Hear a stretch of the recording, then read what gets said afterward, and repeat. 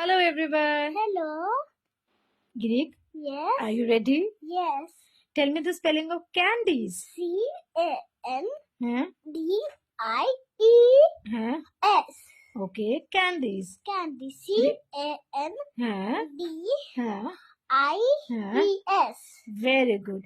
And can you tell me the spelling of remember? Remember. Hmm? REMEMBER. और remember का मतलब? Remember का मतलब Hmm? अब. No, remember का मतलब क्या?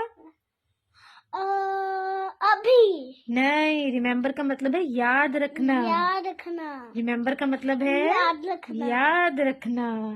और कैंडीज क्या है? हेल्दी है अनहेल्दी है? अनहेल्दी है. अनहेल्दी है because it contains lot of sugar. Yes, 10 sugars. So candies are unhealthy. Unhealthy. और रिमेम्बर का मतलब क्या हुआ? रिमेम्बर का मतलब हुआ हाँ? याद रखना. याद रखना. रिमेम्बर का मतलब है याद रखना. ठीक है, अब भूलना नहीं. चलो दोनों स्पेलिंग दोबारा बताओ. Candies. CANDIES. Candies. Okay. And remember. Remember. REMEMBER.